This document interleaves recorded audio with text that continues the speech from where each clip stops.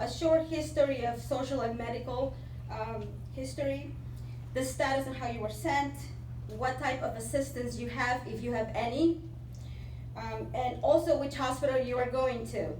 Now, with that being said, when we send somebody to the hospital, we always send to the one of your choosing. You can want to go to PMC, but if there's a cardiac event and when they are driving you to the hospital, they will choose to take you to a more specialized hospital like Raoul Johnson or St. Peter's.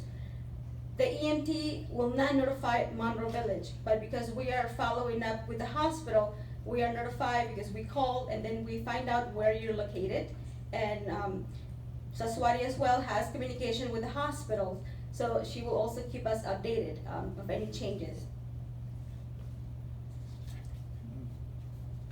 And I think it's Saswati's turn. It's now Saswati's turn. I'm trying to speak really slow. Thank you.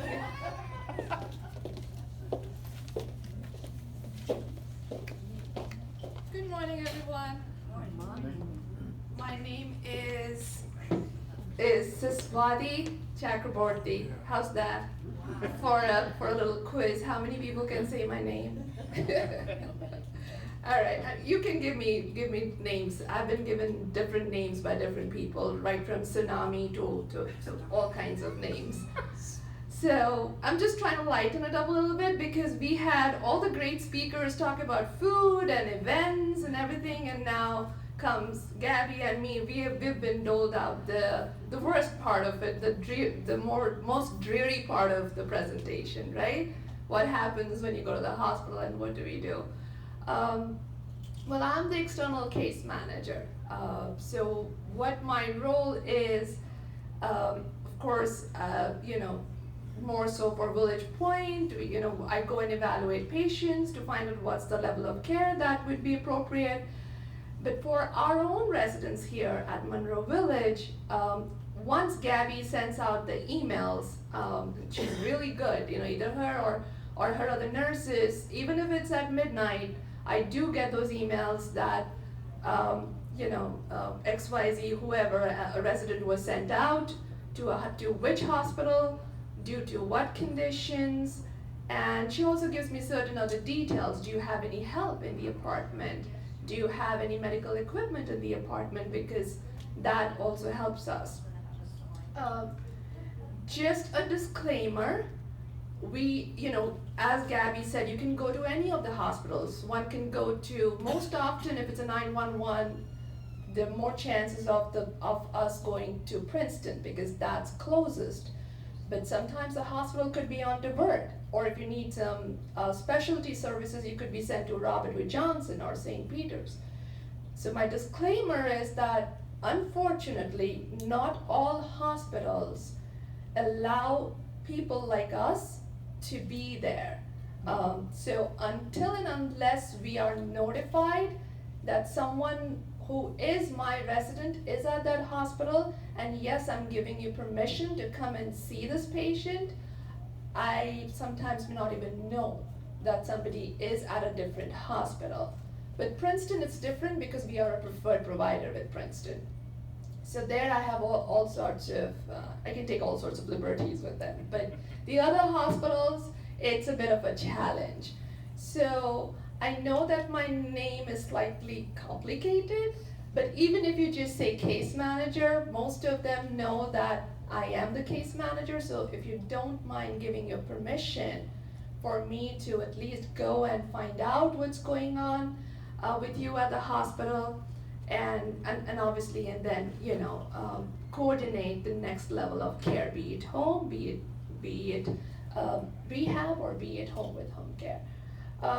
So I just wanted to go over just some of the things that I think Gabby also went through, just so that you have it with you when anyone goes to the hospital. So most importantly, and that's where our entire team comes into play, is who's going to be advocating my care when I'm at the hospital.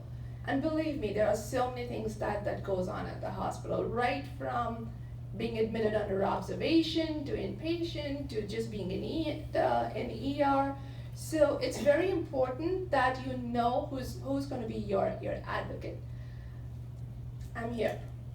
I'm a social worker by profession, so that is my utmost responsibility to be your advocate. So please feel free to utilize my services if and when, God forbid, you're in the hospital. What medications should I take and when? It's so important because you being the patient, you have every right to ask and get all the information about all your medications and share with them the allergies. Gabby always sends the entire medication list. Ask her how many times they tell her we haven't received anything. She sends it again. 2 hours later, they say that they haven't received anything. So, there are times when we need to advocate for ourselves. So just make sure that the medications that are being given to you actually are yours and not the one in the room next to you. Princeton has all private rooms, but the other ones, of course, you share a room. Any restrictions for activities? That's another very important thing that much later on we find out that, oh, there is a weight-bearing restriction. So again, I being the case manager, I will try to find out most of the information, but sometimes the doctors, they come at times when I may not be there. So please feel free to ask these questions. Medical equipment, if you don't have any medical equipment or whatever you have and you think, after this visit that you may need something, then it really helps to ask. Then again, of course, any dietary restrictions.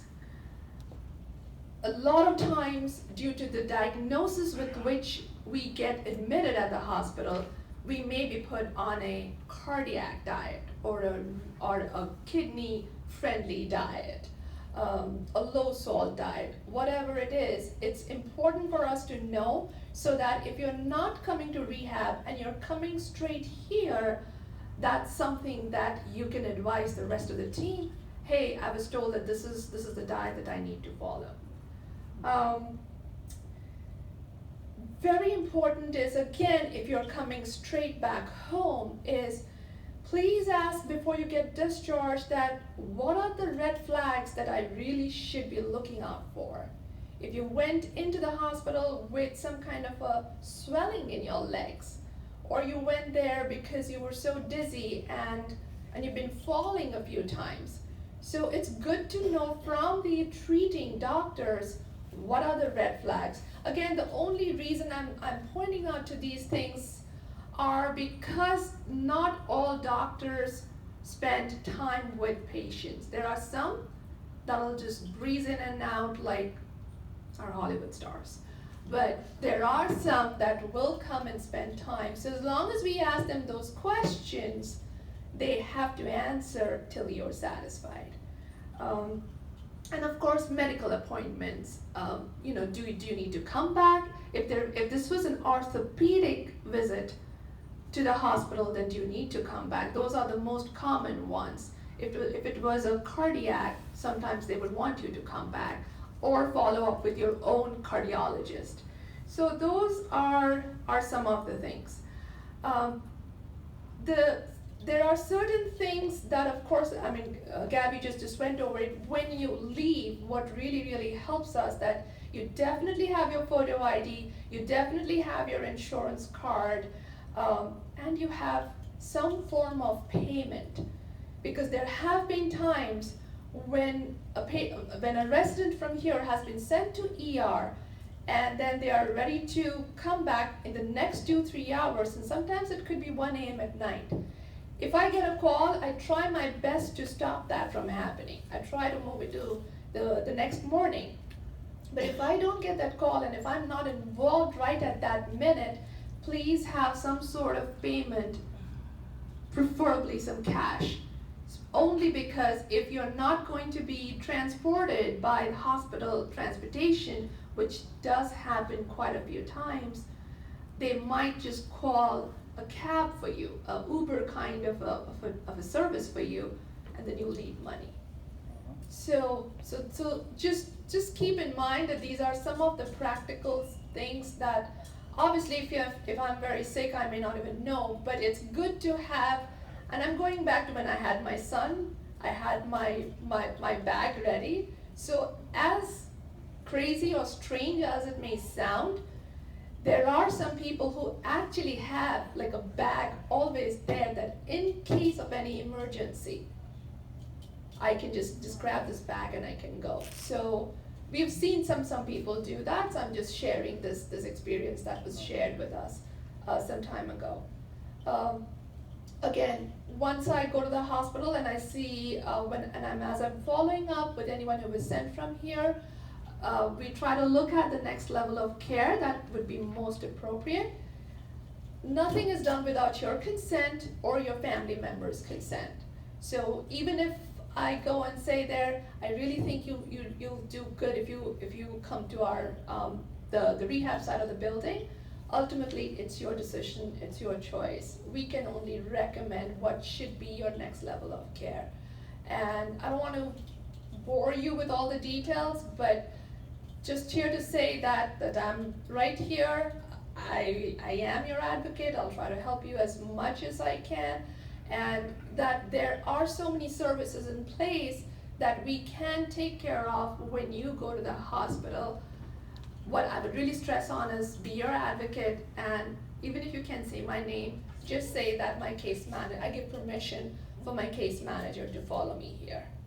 Okay? Thank you so much. I hope it was not really dreary. I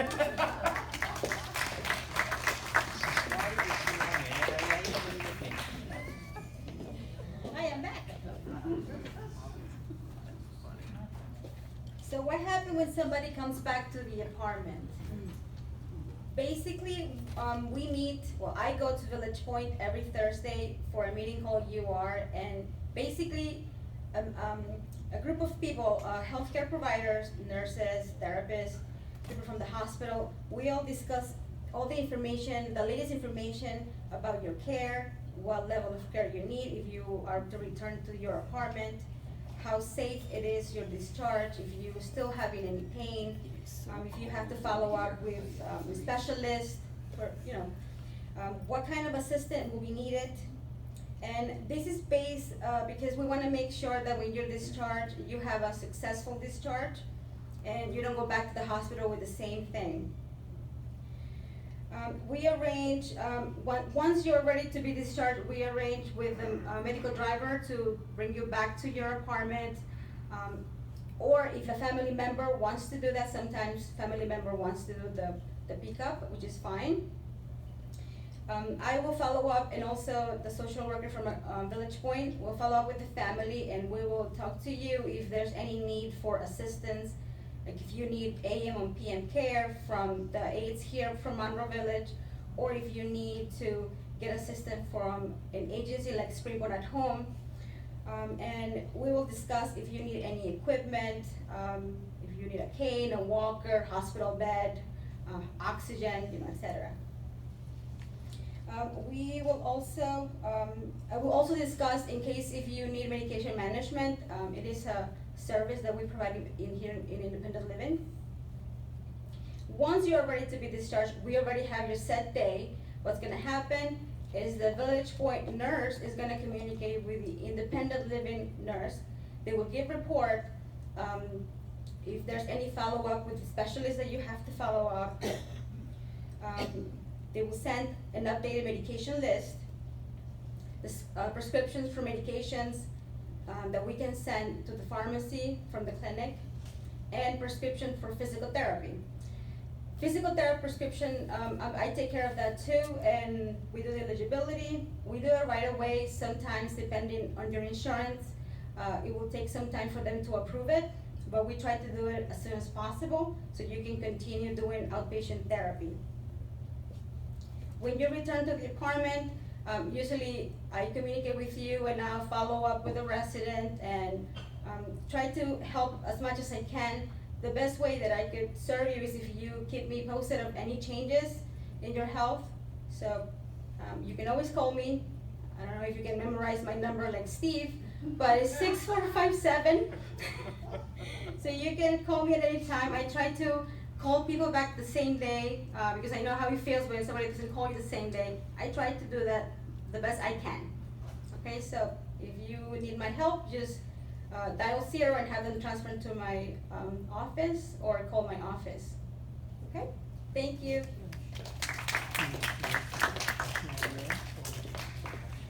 All right, quite a bit of information there. We will have these slides available again, just as a reminder, because I know we went over quite a bit on that, but very, very important information for folks to understand what support systems are in place and how we work through any individual situation in terms of needing for additional care in an emergency outside of Monroe Village. So, I got no good transition for this one. Going from the drab and dreary, from what's your name again? Saswati the Tsunami, to Susan who's cruising. How's that? All right, you like that? That's what I did. All right, it's the best I got for you. It's late. So Susan Sino is the Senior Director of Development at the Spring Point Foundation, and I asked her to come and spend a few minutes with us today just to tell you a little bit about the foundation and how it helps support all of us here at Monroe Village. So with that, I'm going to turn it over to Sue. You want to drive or you want me to drive? All right, I'll drive. Well, how y'all doing? We're doing fine. Good, good. I miss you so. So I'm Susan at the Spring Point Foundation, and I am your foundation representative. So I work with you, for you, okay? So I always say, you know, one person cannot change the world, but you as one person can be the world to someone else. That's what the foundation is. Your donations to the foundation will help you, your neighbors, and many others. So think about that when you're thinking about, do I want to donate, do I not want to donate? Because this is a way of giving back to your community here at Monroe Village. All right, so let's show you a few things that we do here. Would you like that? Sure. Sure, come on, a little energy. Are you excited? Yay, okay, alrighty. The first thing that we're going to talk about, and did you notice there's cake? Did you notice that? We play that in bingo. All different color cake, right? Yeah. We want you to remember there's 4 layers of a cake, there's 4 different areas of care, so we're going to go through all 4. So if you're hungry, I am, then cake. Our first layer of cake is our affordable housing. You may not know this, but Spring Point has 19 communities that are titled as affordable housing. Affordable housing definitions vary, but in a simplistic term, they are seniors that live in a community and they live at or below the poverty line. So what is it that we do for our seniors there? Your donation and others will help us bring food to these residents. Everybody goes, oh, they get food stamps. That's $16 a month. That doesn't go far. So they get their Social Security, they live at or below the poverty line. We try to make sure we can bring food to them for that last week of the month because that's the worst week of the month for them. All right? So let's move to our next layer of cake. What is the Tomorrow's Leaders Internship Program? I wish I was around when this program started, I have to tell you. If you have someone who's young or know someone in the area and you want to sponsor a young person to be an intern here at Monroe Village, talk to me. Your donation will pay their salary and we can teach them some amazing things here. Let's go to the next one. Spiritual care. Do we miss Chaplain Terry? Oh, Yeah. Yes, I talked to her recently. She sends her regards. She's doing well. And the spiritual care program is still very strong here. We're working on not replacing Terry, because as Jay will say, there's no replacement for Terry. But we are looking for someone to come in and help us with our spiritual guidance. Your donations will pay this position. Next. This is the fun that everybody loves to hear It gives you peace of mind. But remember, the only reason we have the fund is because of your donations and those before you who have donated. This is the resident financial assistance. This is what the foundation started on. You, because you're pre-qualified, have peace of mind that should you, for whatever reason, you live a long life, your medical bills are too much, you run out of money, we will be here to support you. And I say we, it's the foundation. It's not me, it's not Jay, it's not anyone in this building. It's the residents who donated prior to you. So where are we going? Look at that. The icing on the cake, who is it? The donors, right? We cannot do any of this without the icing on the cake. You and those before you and those after you are our donors. You are our icing on the cake. We all donate. Jay, I think everybody in this community, just about, all of our employees are very generous. So we want you to think about that. I am here, I work for you. I will schedule visits with you, help you learn more, and when you're ready, we can talk about how you want to donate. Any questions for me? Do you miss me? Oh, yeah. Of course you do. I miss you all. Thank you very much.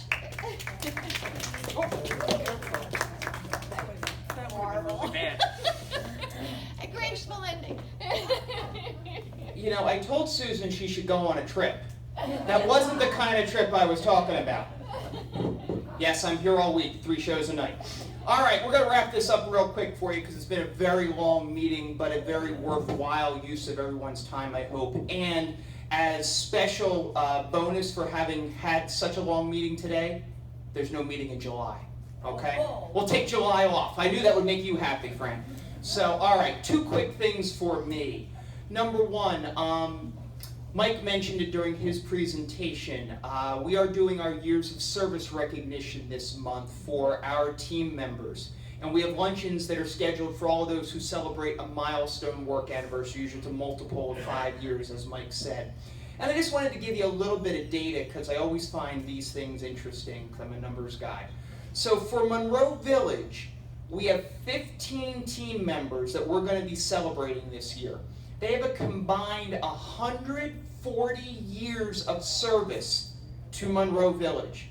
2 of those people, each with 25 years, all by themselves.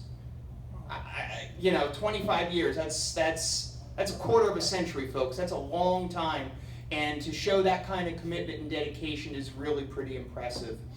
Over at Village Point, we'll be recognizing 20 team members over there who have a milestone anniversary, and a combined 170 years of service over there, or between Monroe Village and Village Point now. One of them by themselves, 20 years.